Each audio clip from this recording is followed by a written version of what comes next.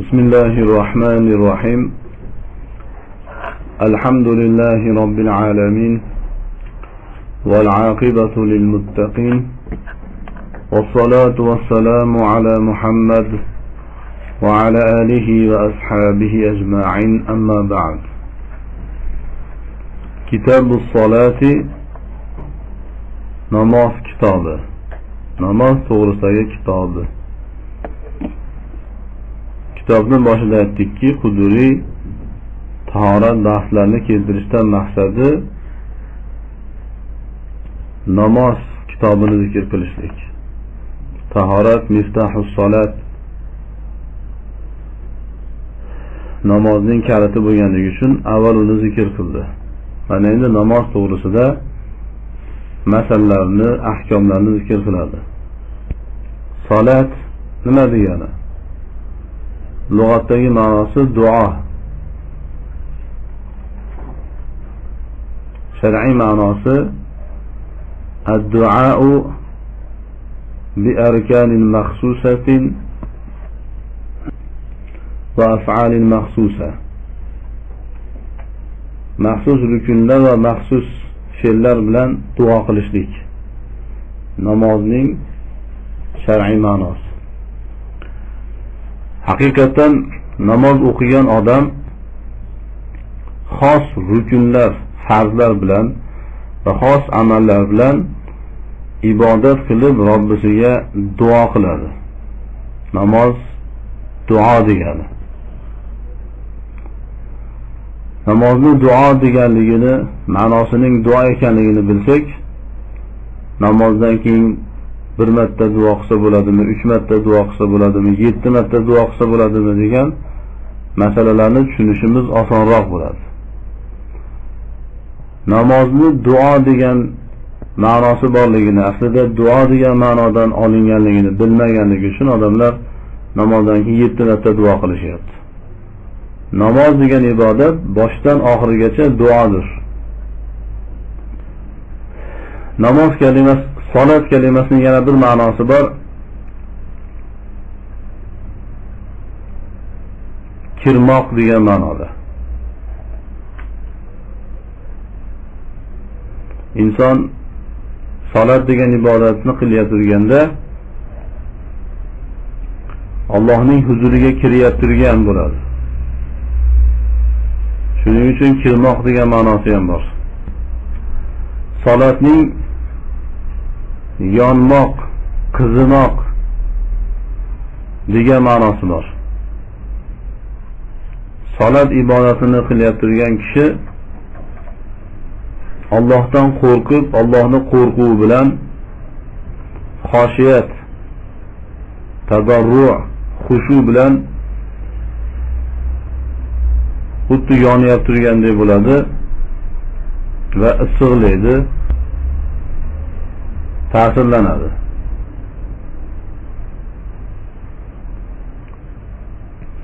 Salat kalimasini va yana boshqa bir necha ma'nolari ham bor. Salatni namoz degan muqobilidagi kalima forscha kalima.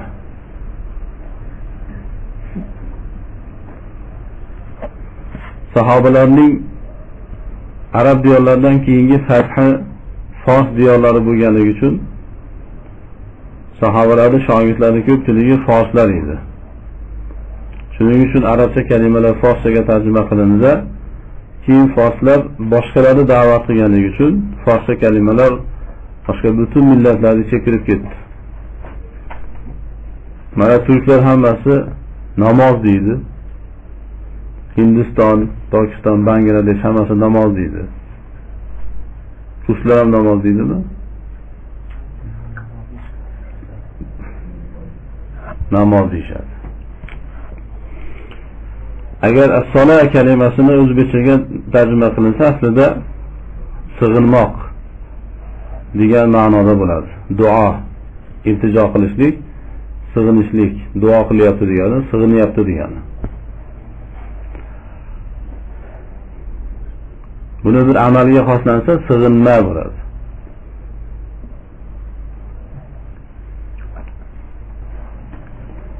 أول وقت الفجر إذا طلع الفجر الثاني.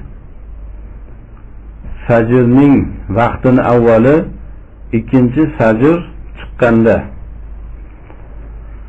Imom Quduriy vaqtlarning bahsidan boshladilar. Nima uchun? Chunki vaqt kelmasa namoz vojib bo'lmaydi. Inson namoz o'qishligi uchun avval vaqt kelishligi kerak. Shu namozning vaqti kelishligi kerak. Keyin namoz o'qiydi. Ammo shuni bilaylikki, vaqt doim ham namozni vojib qiladigan narsa emas. Aslida namozni vojib qiluvchi Allohdir. Shuning uchun inson shunday holatga tushib qolsaki, u yerda vaqt bo'lmasa, boshqa vaqt bor yerlarga qiyos qilib turib 5 vaqt namoz o'qiradi. Masalan, qutblarga borib qolgan inson yoki Rossiyada yoki Yevropaning ba'zi bir mintaqalarida yozlarda oq kechalar deb ataladigan vaqtlarda o'ziga yaqin bo'lgan davlatlarga qiyos qilinadi yoki o'zining muqobilidagi yer shari ilmlarda, geografiya ilmlariga ko'ra meridian chizig'ida yotgan davlatlarga qiyos qilinib, ularda qaysi vaqtda namoz o'qilayotgan bo'lsa, o'sha vaqtda namoz o'qilaveradi. Lekin odatiy holatda yer yuzida ko'p yerlarda vaqtga qarab namoz o'qiladi. Shuning uchun Quduriy namoz masalasida eng muhim masala vaqt bo'lganligi uchun vaqtlarning masalasini keltiryaptilar. Fajr vaqtining avvali, bizda fajr bomdod deb mashhur bo'lgan, bomdod namozining vaqtining avvali. Ikkinchi bomdod chiqqanda. Fajr asli turkchada tong degan ma'noda. Fajrun degani aslida yorilmoq degani. Quyosh chiqib turganligi uchun qorong'ulik yorilib, bir yorug'lik chiqyapti. Shuning uchun fajr deyiladi. Agar diqqat qilgan bo'lsangiz, infijor. Dunyoda mashhur bo'lgan kalimalardan birisi infijor. Nima degani? Portlamoq degani. Afg'onistonda infijor bo'lib ekan. Dedi, fajr kalimasidan chiqqan ekan. Portlashlik, yorilishlik, yorilish, yorug'da chiqishligi. Fajr degani o'sha tarafdan yorug'lik chiqyapti, qorong'ulik yorilyapti. Bomdod degan kalima forscha kalima. O'zbekchasiga mana turkchasiga tong bo'ladi yoki mana yorilishlik, ochilish degan ma'noda. Tong namozining vaqtining avvali ikkinchi tong chiqqanda. Va huval bayadul mu'tarizu fil ufuq. Ikkinchi tong nima? Ufuqda ko'ndalang oqlikdir. Mana bundan ma'lum bo'lyaptiki, tong ikki xil bo'lar ekan. Birinchi tong, ikkinchi tong. Birinchisini subhi kazib deyshadi. Yolg'on subh. Yolg'on tong deyshadi. Mana ikkinchisini subhi sodiq deydi. Ikkalasining farqi nima? Birinchisi chiqqan vaqtida shu quyosh chiqadigan tarafdan to'g'riga uzun bir yorug'lik chiqadi. Nihoyatda yorug' bo'lmaydi-yu, lekin qorong'ulikda oqarib ko'rinib turadi. Bir necha daqiqa turgandan keyin yo'qolib ketadi. Yana qop-qorong'i bo'lib qoladi. Biroz vaqt o'tib keyin ko'ndalang atrofga shunday yoyilgan holatda yorug'lik boshlanadi. Mana shuni al-bayadul mu'tariz fil ufuq, ufuqdagi ko'ndalang yorug'lik deydi. Shu bilan mana tong boshlanyapti. Shu subhi sodiqdir. Haligi to'g'ri chiqqani, yuqoriga to'g'ri ketgan nur, u xuftonning vaqti hisoblanadi. U vaqtda tong namozini o'qishlik durust emas. Bomdod namozini o'qishlik durust emas. U vaqtda saharlik siz bo'laveradi. Lekin u yo'qolib, birozdan keyin ko'ndalang yoyilgan holatda yorug'lik boshlansa, endi saharlik durust emas. Tong namozini o'qishlik joiz bo'ladi. Va axiru vaqtiha ma lam tatlu'i ash-shamsu. tong namozining vaqtini eng oxiri quyosh chiqmagan vaqt. Qarang, quyosh chiqmagan vaqtdir. Demak, o'sha tong boshlagandan boshlab quyosh chiqquncha bo'lgan vaqt hammasi tong namozi uchun, ya'ni tong sig'inmasi uchun joiz bo'lgan vaqtlardir. Lekin albatta vaqtning avvalida o'qishlik sunnat, mustahab, qazo bo'lmasligini e'tiboridan. Hozir bu yerda vaqtlarning boshi bilan oxiri hammasi mukammal aytiladi. Afzal vaqt, makruh vaqtga ajratilmaydi. Sahifani oxirida keyin mustahab bo'lgan, afzal bo'lgan vaqtlarni bayon qiladi. Va avvalu vaqti zuhri idza zalat ash-shamsu. Zuhur vaqtining avvali quyosh og'ganda. Zuhur bizning diyorlarda peshin deyiladi. Peshin ham alhamdulillah forscha kalima. O'zbekchasiga, turkchasiga tush. Zuhurun degani tush degani. Aslida zuhur mana zohirdan chiqqan, bu ham ko'rinishlik, ko'rinmoq. Lekin bizda tush quyoshning tushligidan olingan. Quyosh tikka kelib mag'rib tarafga, quyosh botadigan tarafga tushganligi uchun tush vaqti deydi. Quyosh og'ganda, quyosh tikka keldi, shu qiyomdan mag'rib tarafga, botadigan tarafga og'dimi, mana shu bilan tush namozining, tush sig'inmasining vaqti boshlandi. O'qsiz bo'laveradi. Islomga ko'ra mana bizning bu ibodatimizning o'lchovi mana shu quyoshning o'zgarishligidir. Taqvimlarga bog'lanib qolmasligimiz kerak. Taqvimlardan istifoda qilaylik. Kalendarlardan istifoda qilaylik-ku, ammo shular bizni dinimizni bayon qilmasin. Quyoshga qarab o'zingiz namozning vaqtlarini bilib olasiz. Alloh taolo bizga shunday ilm berdiki, kofirlarga, ularni har xil hisob kitoblariga ehtiyojimiz yo'q. O'zimiz tabiatga qarab eng mukammal hisob kitobni chiqarib olamiz. Va axiru vaqtiha, tush namozining vaqtini eng oxiri inda Abi Hanifa rahimahullohu ta'ala, Abu Hanifa rahimahullohning nazdida idza sara zillu kulli shay mislihi, har bir narsaning soyasi o'zini 2 barovari bo'lganda. Zillun degani soya degani farchasiga. O'zbekchasiga g'oliban ko'lanka bo'ladi. U ham forscha chiqib qolmasa, ko'lanka. Aytadiki, ko'lankasidan qo'rqadi bu deyishadi, ya'ni soyasidan. Har bir narsaning soyasi 2 barobar bo'yinga qadar shu peshin namozi, tush namozini o'qisa bo'laveradi. Sivasa izzavali, zavol soyasidan boshqa. Zavol ya'ni og'ishlik ko'lankasidan boshqa. Va qala Abu Yusuf va Muhammad rahimahumullohu idza sara zillu kulli shay mislahu. Abu Yusuf va Muhammad bu masalada Abu Hanifaga qarshi chiqib xilof qilib aytayaptiki, har bir narsaning soyasi, ko'lankasi o'zining barobaricha bo'lsa, mana shunda tushning vaqti bitadi deyapti. Mana ikkalasi ham Hanafiy mazhabining fatvosi bo'ldi.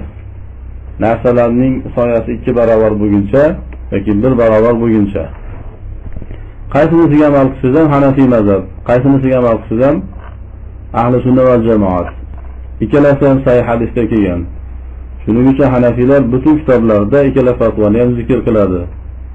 Lekin bizning diyordagi ilmsiz soxta Hanafiylar, masalan arab diyorlariga borsa, bu yerlarda narsalarning soyasi o'sha 1 barobar bo'lgandan keyin asrda o'qiydilar, peshin bitdi deb xilof qilmaydi ularga.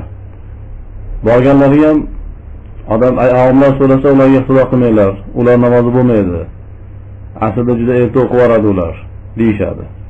Vaholanki mana Hanafiy mazhabida Abu Yusuf va Muhammadning qavli shu. Butun kitoblarda kelgan. Qudri buni rad qilib keltirmayapti-ku. Tasdiq qilib keltiryaptilar. Fayuz zavol nima degani? Quyoshni tikka kelgan vaqtida har bir narsani o'zining soyasi, ko'lankasi bo'ladi. Narsalar soyasiz bo'lmaydi. Dunyoning bir yeridagina narsa quyosh tikka kelgan vaqtida soyasiz, ko'lankasiz bo'ladi. Bu ham bo'lsa Makkadir.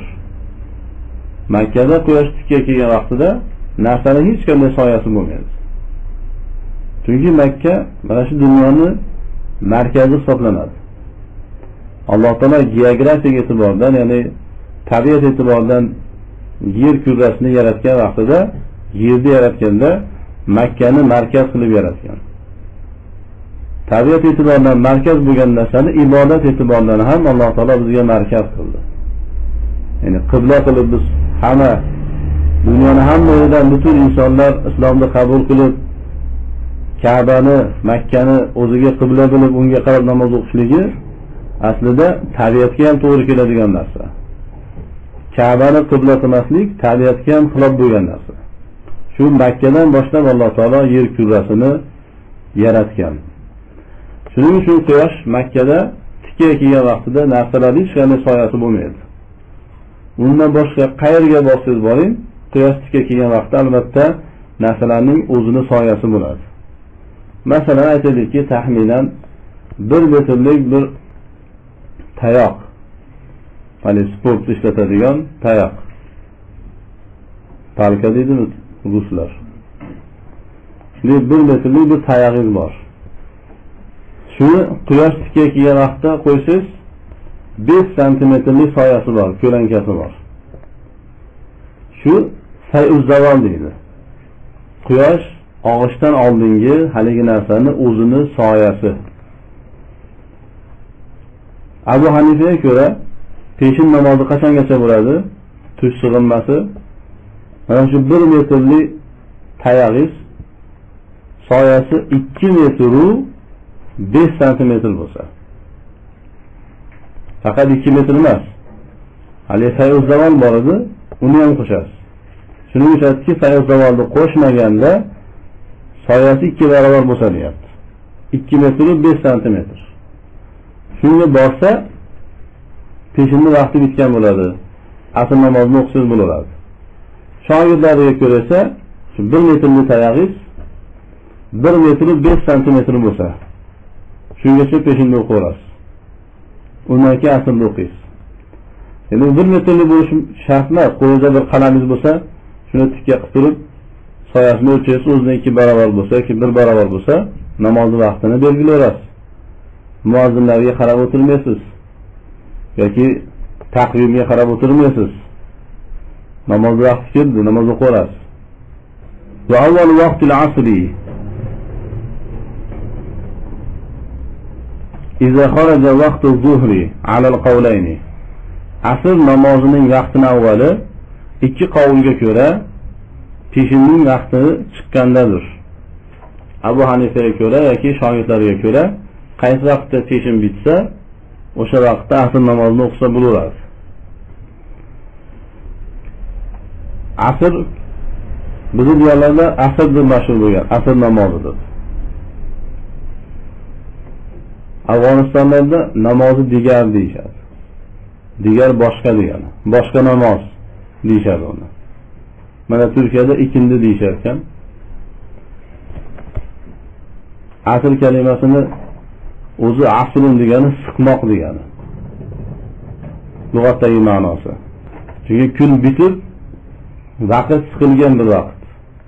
Hamma shom bo'lishdan oldin, quyosh bitishdan oldin ishlarini bitiradi, harakat qiladigan vaqt. Shuning uchun asr vaqti deyiladi uni. Siqilgan vaqt. Vaqt tor bo'lgan vaqt. Asr kalimasini o'zbekchaga tarjima qilishga men ko'p tafakkur qildim. Eng yaxshisi Qur'onda kelgan sifati bilan tarjima qilishlik ma'qul deb topdim. Aslida men o'rta namoz, o'rta sig'inma deb tarjima qildim. Chunki Qur'onda salatul wusta, o'rta namoz deyapti. Hafizu ala salavati va salatil wusta. Namozlarni muhofaza qilinglar va o'rta namozni muhofaza qilinglar. Tafsirlarda ko'rdik, o'rta namozdan maqsad asr namozidir. Mana o'rta sig'inma ibodatining vaqtini avvali tush sig'inmasining vaqti chiqqanda. Va axiru vaqtiha ma lam taghrubi shamsu. O'rta sig'inmaning vaqtini oxiri quyosh botmagan vaqtda. Quyosh botdimi, uning vaqti bitdi. Quyosh botgunga qadar o'qisa bo'laveradi. To'g'ri, quyosh sarg'aygandan keyin o'qisa makruh, u boshqa masala. Lekin vaqt o'rta namoznikidir. Va avvalu vaqtil maghribi iza g'arabatish shamsu. Mag'rib bizning diyorlarda shom deb mashhur bo'lgan. Shom namozining vaqtining avvali quyosh botganda. Shom kalimasi ham forscha kalima. Mag'rib o'zi botmoq degani, botadigan yer degani. Ism makon bo'lsa botadigan yer, ya'ni quyosh botadigan yer. Agar masdar mimiy qilsangiz botmoq degan ma'noda. Demak, botish namozi. Quyosh botganda o'qiladigan namoz. Botish. Quyosh botdimi, vaqti kirdi uni. Va axiru vaqtiha ma lam taghibi shafaqu. Botish namozining vaqtida eng oxiri shafaq yo'qolmagan vaqt. Shafaq nima u? Shafaqning al-sawa huwa al-bayadu.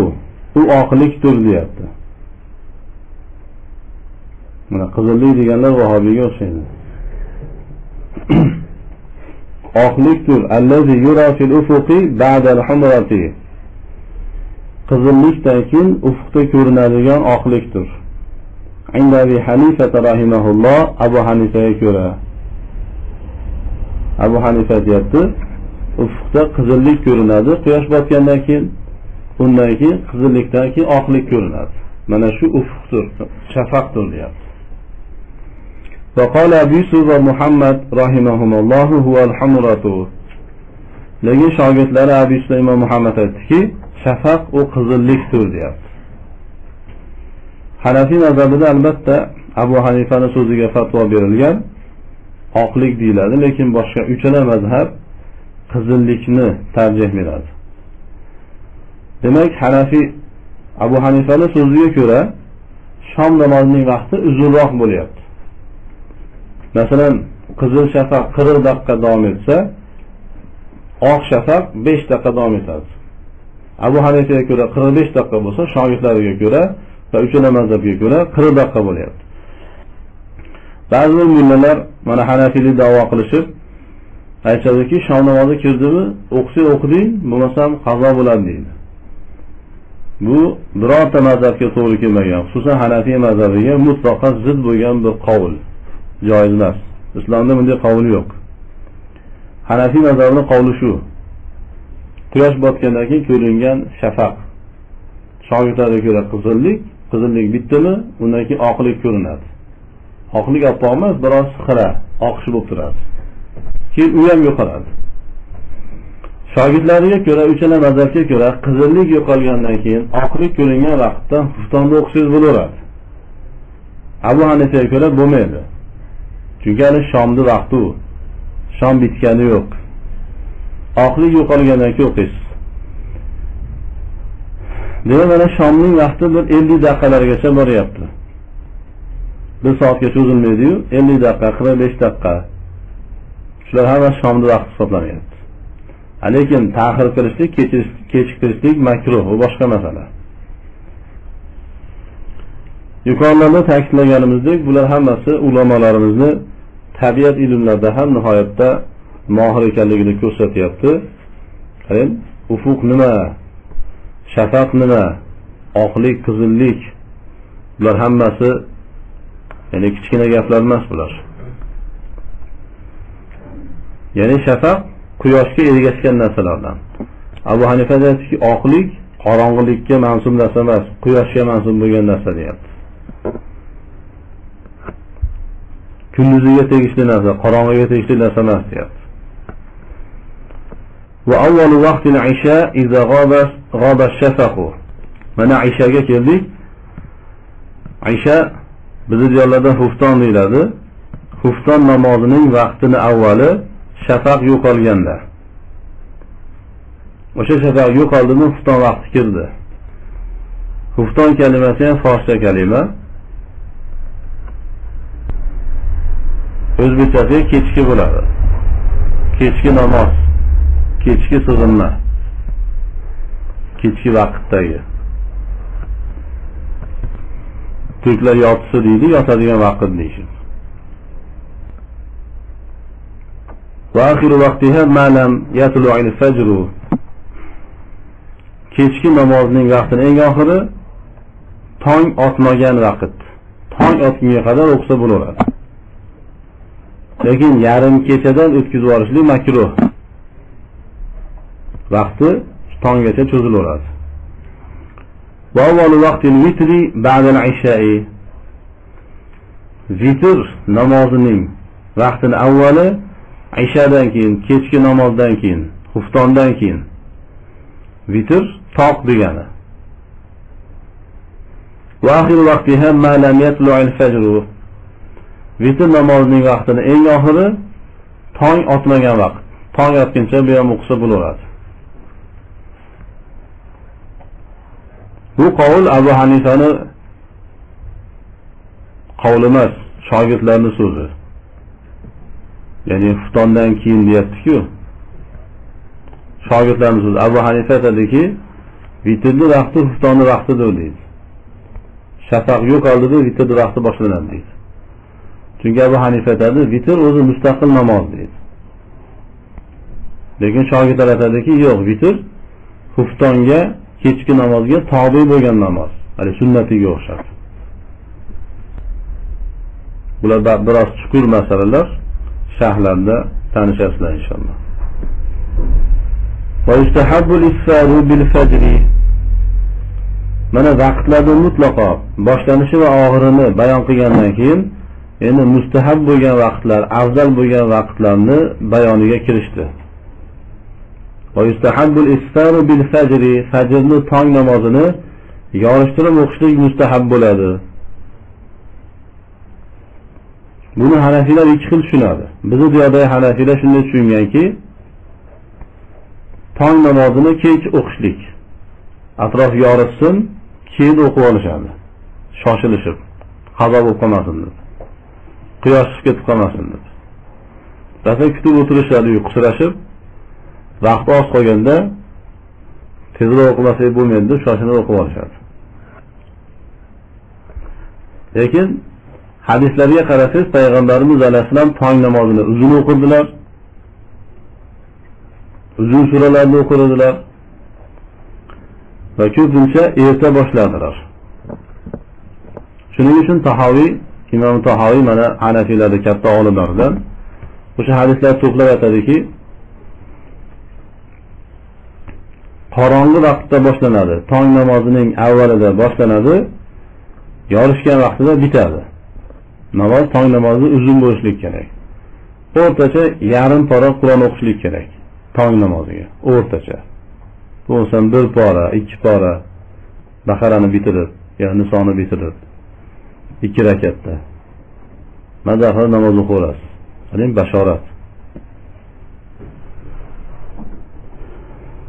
Bizning yo'llarda yorishtirib turib boshlashliklari zaif qavl. Ko'pgina hadislarga xilof bo'lgan qavl. Va avvalu va ibradu bi-zuhri fi as-sayfi. Yozda tush namozini sovutib o'qishlik mustahabdir. Yana peshin namozini sovutib, sal salqin tushgandan keyin o'qishlik yozda. Va taqdimuha fi shita, lekin qishda oldin o'qishlik, vaqtini boshida o'qishlik. Chunki qishda kun qisqa bo'ladi. Peshin namozini, ya'ni tush namozini kechiktirsangiz, asl vaqtiga kirib ketib qolishi mumkin. Va ta'khirul asri ma lam tataghayyar ash-shamsu. Va asr namozini ta'xir qilishlik mustahab bo'ladi. Quyosh o'zgarmagan vaqtgacha. Ammo quyosh o'zgarsa, quyosh sarg'ayib qolsa, u darajada asrni kechiktirishlik, o'rta namozni ta'xir qilishlik makruh bo'ladi. Shofiy mazhabiga ko'ra 5 vaqt namoz hammasini vaqti kirdimi o'qishlik mustahab, afzal deydi. Hanafiylarda ham shunday qavullar bor. Masalan, mana sufiylar ichida mashhur bo'lgan Imom Rabboniy aytadilarki, menga ko'ra ham 5 namozni vaqti kirdimi, qishda ham yozda ham qachon bo'lsa bo'lsin, vaqtni avvalida o'qigan afzal deydi. Chunki ba'zi hadislarda sarohatan shu kelgan. Lekin Hanafiylarning dalillari boshqa hadislar. Payg'ambarimiz alayhisalom tong namozini shunday yoritishlikka buyurdilar. Ba'zi hadislarda tush namozini sovutishlikka buyurdilar. Issiq vaqtda, masalan, nihoyatda issiq insonlar namoz o'qisa, namozdan bir xushu, lazzat ola olmasligi mumkin, issiqdan ta'sirlanib. Shuning uchun ba'zan Payg'ambarimiz alayhisalom salqin tushgandan keyin o'qildilar. Asr namozini mana Abu Hanifa kechiktirib o'qiylar deyapti. Ha, bizni diyordagidek qilib shomga quyosh botishiga 1 soat qolganda yoki 1,5 soat qoladigan darajada ta'xir qilishni u ham durust emas. Nihoyatda kech qilib olishadi bizni diyorlarda. Va ta'jilul mag'rib, shom namozini shoshiltirishlik mustahabdir. Ya'ni quyosh botdimi o'qib olishlik kerak Hanafiy mazhabiga ko'ra. Lekin ba'zi bir Hanafiyni da'vo qilgan toifalar borki, shom namozini nihoyatda kech o'qishadi. Bu durust emas bu. Yahudiyat, nasroniyatda alomatlaridan. Yahudi, nasroniylar shom namozini ta'xir qilishib, kechirib o'qiganligi uchun haq yo'ldan mahrum bo'lishdi. Shiyalar ham shom namozini doim kechiktirib o'qiydi. Shiyalar Yahud nasroniylarning askarlari. Va ta'khirul isha ila ma qabla sulusil layli. Isha namozini, kechki namozni ta'xir qilishlik mustahabdir. Hanafiy mazhabiga ko'ra. Shofiy mazhabiga ko'ra erta o'qib olishlik mustahab. Bizni diyordagilar bilmayman Hanafiymi, Shofiymi ular, lekin erta o'qib olishadi. Ta'xir qilmaydi. Hanafiylarning 1000 ta kitobdan dalil ko'rsating, baribir Shofiyning qavlidan qaytmaydi. Yana sizga vahobiy deyshadi. Mana Quduriyda ham, Hidoyada ham kelyaptiki, Ishani ta'xir qilsin, ila ma qabla sulusil layli, kechani 3dan birisini oldiga. Kechani, butun kechani 3 ga bo'lasizda, shu 1-3 qismini bitishigacha ta'xir qilasiz. Kechani yarmiga olib borishlik joiz. Kechani yarmidan o'tib ketsa makruh. Masalan, kecha 9 soat bo'lyapti deylik. 7da shom bo'lyapti deylik. 4da mana bomdod bo'lyapti deylik. Shunda 9 soat bo'ladi. 9 ga bo'lsa 3dan. 7ga 3 qo'shasiz 10da. 7da shom bo'lsa 10da xufton o'qishlik kerak. Quduriga ko'ra, Hidoyaga ko'ra, Hanafiy mazhabida mustahab afzali shu. Lekin bizda 7da shom bo'lsa, ja kech o'qishsa 8:30da yoki 9da o'qishadi. O'sha kirgandan keyin, xufton vaqti kirgandan keyin ko'p o'tmasdan o'qib olishadi. Hanafiy mazhabiga ko'ra aslida 10da o'qishlik kerak. Kechiktirishlik kerak. Afzal. Nimaga? Abu Hanifa xufton namozini kechiktirganligining sababi hadislardan oladi-yu, yana bir tarbiyaviy tarafi bor. Xufton namozi kechroq o'qilsa, odamlar uni o'qib uxlaydi, tahajjudga turadi, bomdodga turadi. Ammo erta o'qib olsa, nima qiladi? Borishib kino ko'rishadi, film ko'rishadi, yo futbol ko'rishadi. Yo o'tirib olishib g'iybat qilishadi. Tuhmat qilishadi, dinga xilof bo'lgan ishlarni qilishadi. Abu Hanifa shunday qilmasin. Bu xuftonni kechroq o'qisinda yotsin deydi. Shu kechki namozdan keyin iloji boricha butun narsalarni yig'ishtirish kerak, yotish kerak. Diniy xizmatlarga, diniy ilmlarga izn beriladi agar tahajjudga zarar qilmasa va bomdodga, tong namoziga zarar qilmasa. Va yustahabbu fil vitri, fitr namozida mustahab bo'ladi. Liman ya'lafu salatal layl, kechaning namozini ulfat tutadigan, qarang, kecha namozini o'ziga do'st tutgan, doim kecha namozlari turib, kechasi turib tahajjud namozini o'qiydigan kishilarga mustahab bo'ladi. Ayyakhiral vitla ila akhiril layli. Vitrni kechaning oxiriga ta'xir qilishlik. Mana haqiqiy Hanafi masjidga borganda farzni o'qiydi, uyiga borib sunnatni o'qiydi, yotadi. Yarim kechasi turib tahajjud o'qib, kechaning oxirida, tahajjud oxirida keyin vitrni o'qiydi. Masjidga borganda hammasini shoshilib o'qib olib, vitrni ham o'qitib, amin Allohu akbar deb ketadiganlar, ular yaxshi Hanafiylar emas ular. Mana yustahabbu deyapti-ku, mustahab bo'ladi deyapti-ku. Va lam yasiq bil intibahi, agar uyg'onishlikka ishonmasa, masalan charchagan yoki kasal yoki endi o'rganyapti tahajjud namozini, oldin hech eshitmagan ekan, eshitsa ham hech tafakkur qilmagan ekan tahajjud namozini. Avtara qablan nawmi, uyqudan oldin vitr namozini o'qib olsa bo'laveradi. Uyqudan oldin o'qib olsin. Lekin doimiy odat shakliga keltirilmasin. Bu o'zimizni tarbiya qilaylikki, tahajjudga turaylik. Vitrni kechani oxirida o'qiganimiz afzal. Babul azani, azon bobi. Endi vaqtni kirganligini bildirishlik uchun islom shariati azonni mashru qildi. Azon degan bir amal qo'ydi. Namozning vaqtini kirganligini azon degan amal hammaga bildiradi.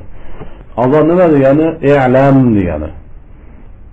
I'lam bildirmoq. Azonning lug'atdagi ma'nosi bildirmoq. Shariatdagi ma'nosi al-i'lam bi alfazin maxsusa fi awqatin maxsusa. Maxsus vaqtlardagi maxsus kalimalardan bildirishlik degani. Insonlarga namozning vaqtlarini, sig'inmaning vaqtlarini bildiryapsiz. Al-azanu sunnatun. Azon sunnatdir, ya'ni sunnati muakkadadir. Ba'zilar vojib deydi, ba'zilar farz deydi. En sahih qavl sunnati muakkadaligi. Hanafiylar azonga nihoyatda qattiq ahamiyat berishgan. Hatto Imom Muhammad Abu Hanifaning shogirdi aytadiki, qaysi bir mintaqada, bir qishlarda, shaharda, davlatda, mamlakatda azonni tark qilishlikka kelishgan bo'lsa ular, azonni tark qilishgan bo'lsa, azon aytmay qo'yishgan bo'lsa, islomiy hukumatlarga, islom ahliga farz bo'ladiki, ulardan jang qilishlik. Chunki azon islomning eng muhim shiorlaridan bittasidir. Islomning eng muhim alomatlaridan bittasidir. Ulardan jang qilib, ularni yo'qotib, azon aytadigan va azonga erkinlik, ozodlik beradigan, azondan man qilmaydigan bir hukumat qurishlik islom ahliga farz bo'ladi, vojib bo'ladi. Imom Muhammad shunday fatvo berganlar. Boshqa mazhablarda bunday fatvo yo'q. Azonni tark qilgan bo'lsa jang qilinadigan fatvo yo'q. Hanafiy mazhabida bor. Chunki Hanafiylar shu boshidan beri mujohid, jihad amaliga bog'liq. Mana Buxoroning tarixida qarasangiz, hammasi Hanafiy, hammasi mujohid. Sunnatur lis-salavatil khamsi, 5 namozlarga, va jum'ati va jum'aga, duna ma sivaha, bulardan boshqasiga emas. Boshqa namozlarga azon aytishlik sunnat emas. Masalan, Eid namozlariga, bayram namozlariga azon aytilmaydi. Janoza namoziga azon aytilmaydi. Tahajjudda ixtiloflar bor, hozir keyinroq keladi. Tahajjudga azon aytishlik to'g'risida ba'zi rivoyatlar bor. Lekin u mustahab darajada, sunnat emas, sunnati muakkada emas. Zuha namoziga azon aytilmaydi. Va shunday namozlarga azon aytilmaydi. Wala tarji'a fihi, azonda tarji'a yo'q. Tarji'a degani qaytarmoq degani. Ya'ni tarji'a sunnat emas. Azonda tarji'a bor-u, sunnat emas. Shofiylar aytadiki, tarji'a sunnat deydi. Tarji'a nima degani? Muazzin, azon aytadigan odam avvaliga ovozini past qilib ashhadu an la ilaha illalloh, ashhadu an la ilaha illalloh deydi. Keyin ovozni ko'tarib ashhadu an la ilaha illalloh deydi. Oldin ovozini past qilib 2 marta aytadi, keyin ovozini baland qilib aytadi. Shuni qaytarib aytyapti. Shuning uchun tarjiya deyiladi. Buni Shofiylar sunnat deydi. Hanafiylar sunnat emas deydi. Dalili, Hanafiylarning dalili Bilol radhiyallohu anhu ning hadislari, u kishining azonlari. Bilolnikida tarjiya yo'q edi. Lekin Payg'ambarimiz sollallohu alayhi vasallam Makka ga kelganlarida bir sahobaga azon o'rgatganda tarjiya shaklida o'rgatdilar. Buni Hanafiylar aytadiki, Payg'ambarimiz ta'lim o'rgatishlik uchun shunday qildilar deydi. Demak, Shofiylarda ham qavli hadisda kelgan. Ularda ham so'zi botil emas. Ixtilof afzaliyatda. Aslida ba'zan u hadislarga amal qilishlik kerak. Bu hadislar unutilmasligi uchun va rad qilinmasligi uchun. Va yazidu fi azan al-fajr ba'da al-falah as-salatu khayrun min an-nawm marratayn. Tong namozining azonida hayya alal falah degandan keyin as-salatu khayrun min an-nawm degan kalimani, jumlani 2 marta ziyoda qiladi. As-salatu khayrun min an-nawm. Azonni bilasizlar, cho'ziladi, hozir masalasi keladi. Tajvidga ko'ra cho'zishlik kerak. Shu as-salatu deganda ham lomdan keyin cho'zsangiz bo'ladi. As-salatu khayrun minan nawm. Nawm deyishlik durust emas. Tushundingizmi? Nawm bo'lsa boshqa narsa bo'lib qoladi. Nawm bo'lsa uyqu bo'ladi. Namoz, ya'ni sig'inma ibodati uyqudan yaxshiroqdir deyapti. Ilm ham uyqudan ko'ra yaxshiroq. O'limdan qo'rqasizlarmi? Yo'q deysizlar, qo'rqasizlar. Uyqu o'limning ukasi. Bilasizlarmi? Bilib olinglar, bilmasizlar. Uyqu, uxlashlik o'limning ukasidir. 2 marta aytiladi. Boshqa azonlarda aytilmaydi. Val iqomatu misl azali. Iqoma azonga o'xshagan. Iqoma nima degani? Turgizmoq degani. Lug'atdagi ma'nosi. Shariatdagi ma'nosi shu maxsus kalimalar bilan jamoatni namozga turgizmoq degani. Azonga o'xshagan bo'ladi. Hanafiy mazhabiga ko'ra azon qanday aytilsa, iqoma shunday aytiladi. Bizda takbir deyshadi, xato, takbir bo'lmasligi kerak. Takbir aytiladi. Takbir desiz, namozga kirayotgandagi takbirmi? Qaysi u? Yo jihoddagi takbirmi? Qarang, ishtiboh bo'lyapti. Hadislarda, fiqh kitoblarida, mana Hanafiy kitoblarda iqoma deyilgan, iqoma aytishlik kerak. Ba'zida qomat aytgan deydi. Qomatan xato. Iqoma. Val iqomatu deyapti. Iqoma azonga o'xshagan. Lekin Shofiy Hanbalilarga ko'ra ularning iqomasi farqli. Ixtiloflar bor, ya'ni mashhur shuki, takbir 2 marta aytiladi, Allohu akbar, Allohu akbar. Keyin boshqalari bittadan aytiladi. Qad qomatis solat kalimasi 2 marta aytiladi. Keyin takbir 2 marta aytiladi. Ba'zilar hammasini bittadan aytadi. Hadislarda har xil kelganligi uchun. Aslida hamma hadisga amal qilish kerak, hammasi sahih. Masala afzaliyatda. Hadis darslarida bu masalalarni chuqur tahqiq qilganmiz. Hanafiy mazhabiga ko'ra iqomani azondek aytishlik afzaldir. Lekin bitta siz ham joiz, u ham sunnat, u ham hadisda kelgan. Birorta Hanafiy, ya'ni haqiqiy Hanafiy unga e'tiroz qilmaydi. Ba'zi eshitganimiz bir mulla deydi, uni masjidida bir Shofiy yoki Hanbali iqoma aytgan ekan, bitta qilib aytdi, boshqacha aytilibdi ekan. Shuni o'zini eski chorlariga, sizlar boshqacha aytinglar, bo'lmadi bu. Bunaqada namoz bo'lmaydi. Hiç azon aytmasa, hiç iqomat aytmasa ham namozi bo'laveradi. bu jaholat durust emas.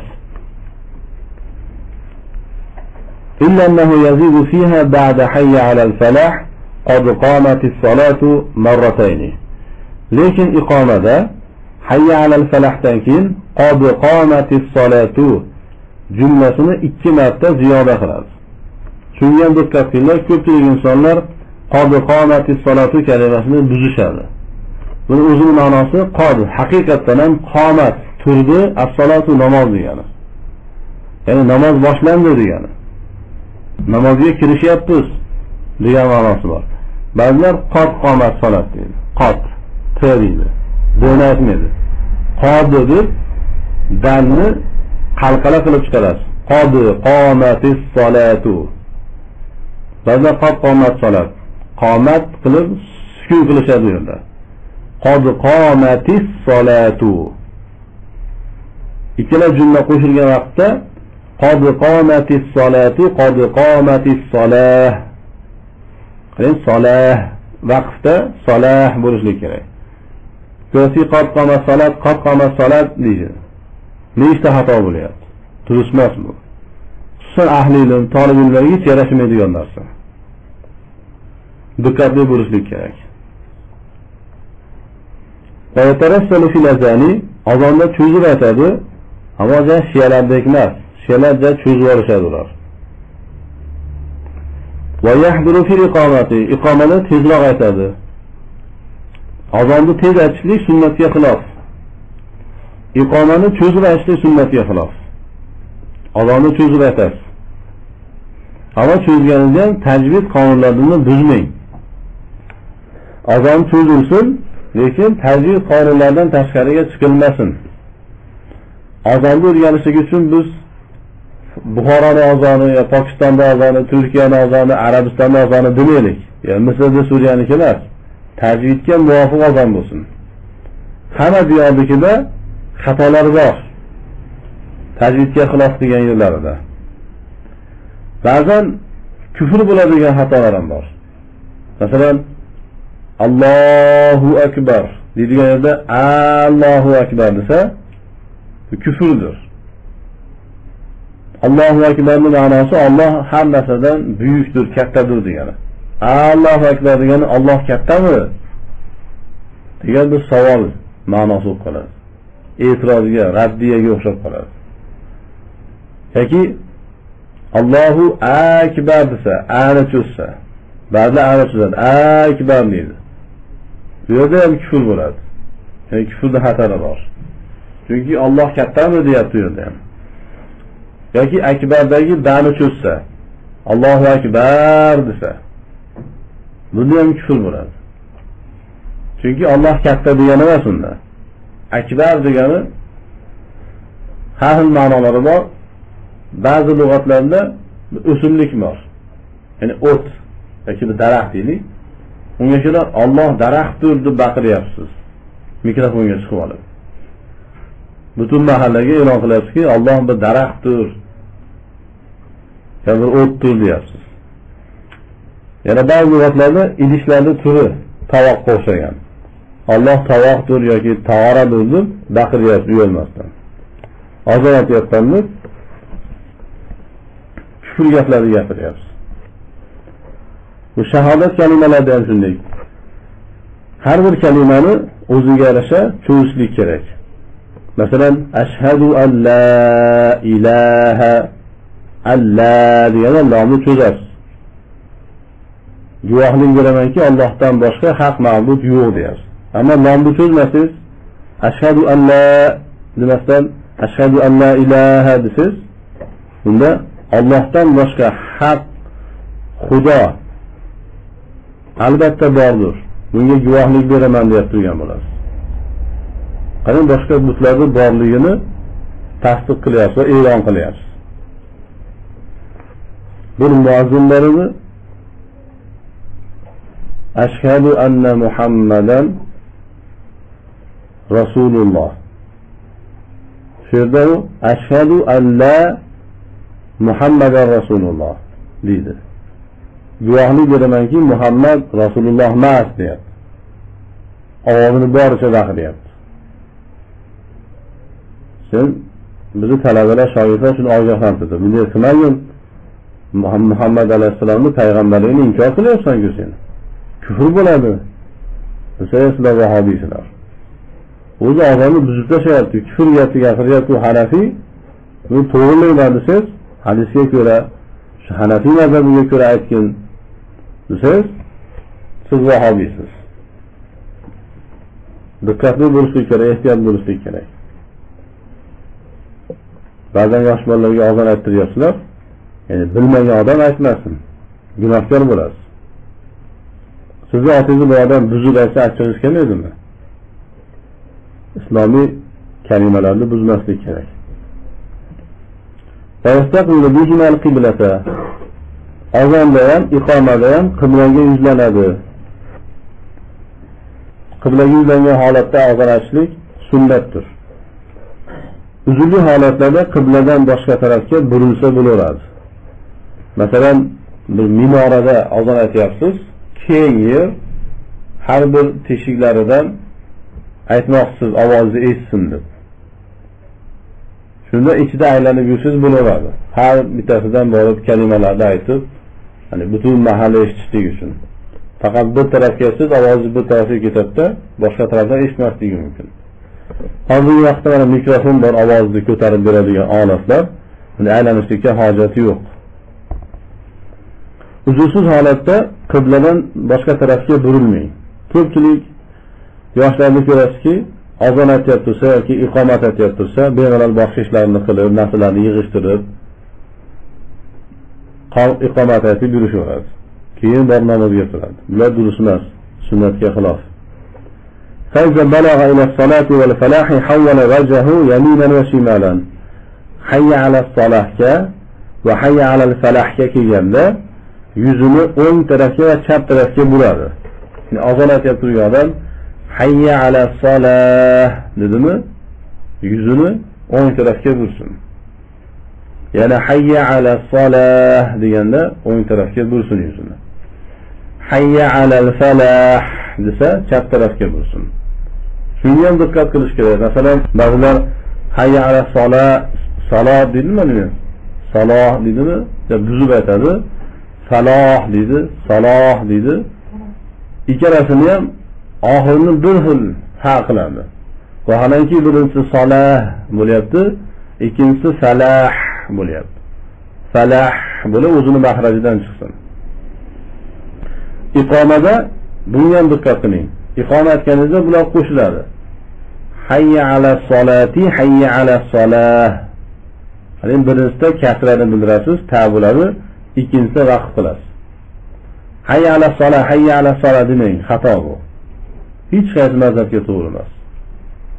Vahobiy bo'lib qolasiz. Hayya ala al-falah, hayya ala al-falah emas. Hayya ala al-falahi, hayya ala al-falah.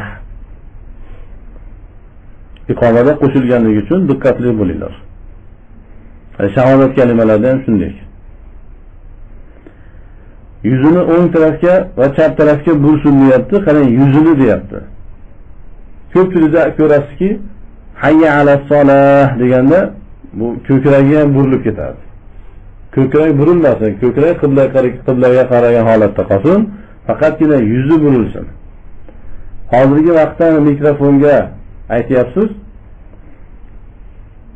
Yuzingizni mutlaqo bursiz, ovoz chiqmay qolishi mumkin. Nima qilasiz? Shu mikrofon turibdi, jasadingizni biroz bu tarafga keltirasiz-da, yuzingizni burasiz. Nimaga? Sunnatni ihyo qilishlik uchun.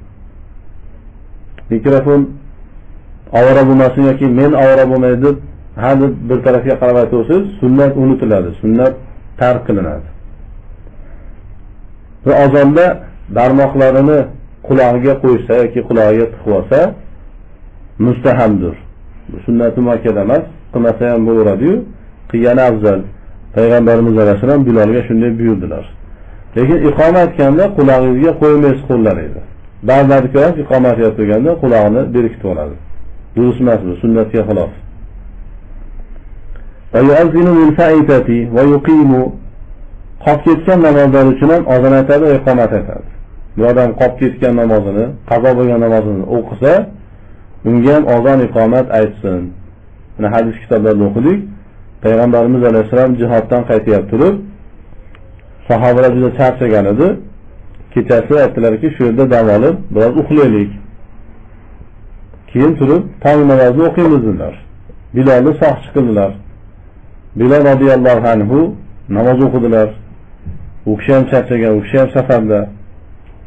Ularning charchashidan bizni charchashimiz bir xil emas. Biz alhamdulillah 70 yil taomlarni yeb, yumshoq to'shalarda uxlab, butun imkoniyatlar, quyoshni biz ko'rmaymiz, quyosh bizni ko'rmaydi, aloqalarni kesganmiz, bir-birimizdan xafa bo'lganmiz. Shunday holatda biz charchaymiz, uyqumiz keladi. Ammo sahobalar doim quyoshning tagida, sahroda, issiq qum, yeydigan narsa yo'q, suv yo'q. Kuniga bitta xurmo yeydi yoki daraxtlar barkini yeb yurishibdi. Shunday holatda charchayapti ular. Shuning uchun ular charchaganiga e'tiroz qilmang, bu qanaqa gap deb. Bilol radhiyallohu anhu u kishi ham charchaganligi uchun quyosh chiqadigan tarafga qarab tuyaga suyanib o'tirdilar. Shu chiqqan vaqtida hammani uyg'otaman deb. Lekin uxlab qoldilar. Charchaganida. Quyosh ko'tarilib, nuri payg'ambarimiz alayhisolamning yuziga tekkandan keyin uyg'onib ketdilar payg'ambarimiz. Ya Bilolning vaqtida hamma sahobalar uyg'onib ketdi keyin. Ular shu safarda Bag'dod qazo bo'ldi mana. Payg'ambarimiz alayhisalom aytdilarki, bu yerdan ketinglar, boshqa yerga borib o'qiymiz. Chunki bu yerda shayton bor ekan. Shayton kelib namozni qazo bo'lishiga sababchi bo'ldi. Boshqa yerga borgandan keyin tahorat qilindida, azon aytilib, iqomat aytilib, farz sunnat hammasi o'qildi. O'sha hadisdan dalil qilib ulamolar aytadiki, qolib ketgan qazo namozlari uchun ham azon va iqomat aytadi. Agar bu jamoat shaklida bo'lsa, Alloh saqlasin, masalan, bir masjid ahli bir daniga yoki bir madrasa ahli bir daniga katta shaytonlar kelib yoki shaytonlarning armiyasi hujum qildi bir madrasaga, hamma talabalarni bosib olgan, birorta talaba qimillay olmagan. Nima qilsin, ular ham majbur, inson ojizlik. Keyin shaytonlar ketgandan keyin sahar 8-9 da turishib, Bag'dod qazosini o'qimoqchi bo'lsa, unda azon aytilib, iqomat aytilib, jamoat shaklida o'qilaveradi. Lekin o'zingiz qazo qilgan bo'lsangiz, boshqa bilmasa, bunday holatda odamlarning oldida azon aytib, iqomat aytib o'qimaysiz. Chunki namozni qazo qilishlik, namozni tark qilishlik bu zinodan battar, o'g'irlikdan battar, odam o'ldirishdan battar bo'lgan gunoh. Siz odamlarga aytasiz, men shunday zinokor edim, shunday bir badbaxt edim, o'g'ri edim deb aytasizmi? Falonchini pulini olganman men deb aytasizmi? Aytmaysiz-ku. Namozdan qazosini aytmaslik kerak, bildirmaslik kerak. Shuning uchun hech kim yo'q yerda o'qiysiz. Ana masalan, bir inson tavba qildi, johil edi, hamma biladi uni. Bu boshqa masala. Yoki madrasadagi holatlarda, hozirgi madrasalarda yana insonlar madrasadagilar bir-birini holatini biladi, ko'pchilik jaholatdan kelgan. Bu ham boshqa masala. Odam aytaversin u. Yashirishni foydasi yo'q. Lekin masjidlarga borsangiz, begonalarning oldiga borsangiz, yashiring, bildirmang. U holatda agar masjidda yoki begona yerlarda qazo namozni o'qiymansiz, azon bilan iqomani aytmasangiz bo'laveradi. Demak, shuni qazoligini yashirishlik uchun. Sizni ko'rganlar nafl o'qiyapti deb o'ylasin. Nafl namoz o'qiyapti deb o'ylasin. Shuning uchun masjidlarga yoki ijtimoiy yerlarga borsangiz, nafl namoz o'qishning makruh bo'lgan vaqtlarda qazoni o'qining. Nafl deb ko'rsatganligi uchun e'tiroz qiladi insonlar. Nafl o'qiydigan vaqt emas-ku bu deydi. Yo qazo o'qiyotgansiz, o'zingiz gunohingizni reklama qilgan bo'lasiz, oshkor qilgan bo'lasiz. Shuning uchun ijtimoiy yerlarda o'qilsa, nafl o'qishlik joiz bo'ladigan vaqtlarda o'qisin, odamlar nafl deb o'ylashlik uchun va azon iqomat aytmasa bo'laveradi vaqtda, aytmasin. Lekin o'zi yolg'iz bo'lsa aytsin. Fan fatatu salavatun, Alloh saqlasin, bir insonda ko'pgina namozlar qolib ketgan bo'lsa, qazo namozlari ko'p bo'lsa, Albatta qazo namozlarini o'qishlik to'rala mazhabning hukmi bilan farzdir, vojibdir. Qo'qonda O'zbekistonda bir pir chiqqan edi. U aytardiki, kim menga bayat qilsa, butun o'tgan hayotdagi gunohlari yuvilib ketadi, qazo namozlari-yu, qazo ro'zalari butun hammasi yuvilib ketadi. Men kir mashinaman. Hammani tozalab chiqarib yuboraman. Siqib, suvini ham chiqarib, quruq qilib chiqarib yuboraman. Deydi, o'lib ketdi bechoraga. Bunday fatvolar kufr fatvolar. Joiz emas, durust emas. Namozni Alloh taolo farz qilgan, hech kim uni soqit qila olmaydi. O'qimaganmisiz jaholat vaqtida uni qazosini o'qishingiz farz bo'ladi. Ba'zi Ibn Taymiyadan dalil qilib Ibn Taymiya salom degan, piston degan insonda qazo namoz bo'lmaydi deydi, lekin Ibn Taymiyani Majmuatul Fatvosini ko'rsangiz, ko'p yerlarda qazo namozni o'qishlik to'g'risida fatvo bergan, o'qisin degan. Agar ko'pgina namozlar qolib ketgan bo'lsa, azzalil ula birinchisiga azon aytsin va iqomat aytsin. Va kana mukhayyaran fi thaniyati. Ikkinchisida ixtiyorlidir. Insha azzana va aqama halasa azon aytsin, iqoma aytsin va insha ikhtasara ala al-iqamati. Halasa iqomaga kifoyalansin, faqatgina iqoma aytsin. Ko'pgina namozlarni bir vaqtda o'qiyapsiz. Ketma-ket qilib. Xolos siz boshidan bitta azon bilan kifoyalaning, ammo hammasiga iqomat aytishingiz kerak. Xolos siz har namozga, har qazo namozi uchun alohida azon va iqomat ayting. Ba'zi ulamolar aytadiki, har bittasiga azon aytgan afzal deydi. Albatta afzal. Azon aytmasligi joiz. Shariat tarafidan bir yengillik. Lekin sunnat qazo qilinmaydi, sunnat namozlar. Vitr to'g'risida ixtilof bor. Vitr Abu Hanifaga ko'ra qazo qilinadi, chunki vojib deydi. Shogirdlari yana qarshi chiqishib aytadiki, yo'q, vitr namozi qazo qilinmaydi, chunki vitr sunnat deydi. Faqatgina shu tong namozi, bomdodni sunnati, agar uni o'sha kuni peshindan oldin o'qisangiz, sunnati bilan birga qazo qilinadi. Peshindan keyinga qolsa, sunnat qazo qilinmaydi, shu bomdodniki ham. Boshqa namozlar sunnati qazo qilinmaydi. Va yanbaghi an yu'azzina va yuqima ala tuhrin. Azon va iqomatni tahorat bilan aytishlik lozim bo'ladi. Tahorat bilan ayting. Fan azzana ghayra wudu'in jaza. Agar tahoratsizlik bilan azon aytsa joizdir. Lekin xilofi afzal bo'ladi. Odamlarni azon aytganingizda namozga chaqiryapsiz. Hayya ala solat deyapsiz. Namozga kelinglar deb. Odamlar namozga kelishni boshlayapti. Siz azon aytib bo'lgandan keyin siz masjiddan ketyapsiz. Tahoratingiz yo'q-ku. Demak, so'zingizla amalingiz bir-biriga to'g'ri kelmay qolyapti. Lima taquluna ma la taf'alun. Oyatda Alloh taolo ma'lumot qilyaptiki, qilmaydigan narsalarni nimaga aytasizlar deyapti.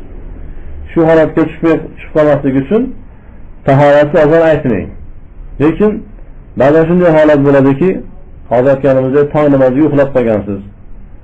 Hamma odamlar sizga ishonib, muazzinni bo'yniga nima bo'lsa ham deb, ular ham yotishibdi. Azon aytmasa turmaymiz deb. Tahorat deguncha kechib ketadi namoz. Unda borib tahoratsiz bo'lsa ham azon aytasizki, odamlar tursin deb. Shunday holatlarda bo'laveradi. Tahoratsiz azon aytsa. Va yukrahu an yuqima ala ghayri wudu'in. Lekin tahoratsiz iqomat aytishlik makruh bo'ladi. Namozga nihoyatda yaqin bo'lganligi uchun. Namozdan ham kech qolib ketasiz. Aw yu'azzina wa huwa junubun. Yoki junub holatda azon aytsa makruh bo'ladi. Harom bo'lmaydi, makruh bo'ladi. Bizda odamlar, xususan yosh katta odamlar junubni juda yomon ko'rishadi. Islom junubni yomon ko'rmaydi. Qarang, azon aytsa makruh bo'ladi deyapti xolos. Harom bo'ladi demayapti. Lekin u degani endi junub bo'lib yuraversin degani emas albatta. Tezroq usul qilib poklanganingiz yaxshi, har e'tibordan. Balki ba'zi uzrlar bordir. Xotin kishini azon aytishligi durust emas, makruh bo'ladi. Lekin bir mamlakatda erkak qolmagan bo'lsa, majbur xotinlar azon aytadi. ولا يأذن للصلاة قبل دخول وقتها. Namozning vaqti kirishdan oldin namozga azon aytilmaydi. Har namozning azoni vaqti kirgandan keyin aytiladi. Chunki azon e'lom dedik-ku, bildirmoq degani. Vaqtidan oldin siz namozga chaqirsangiz aldagan bo'lasiz.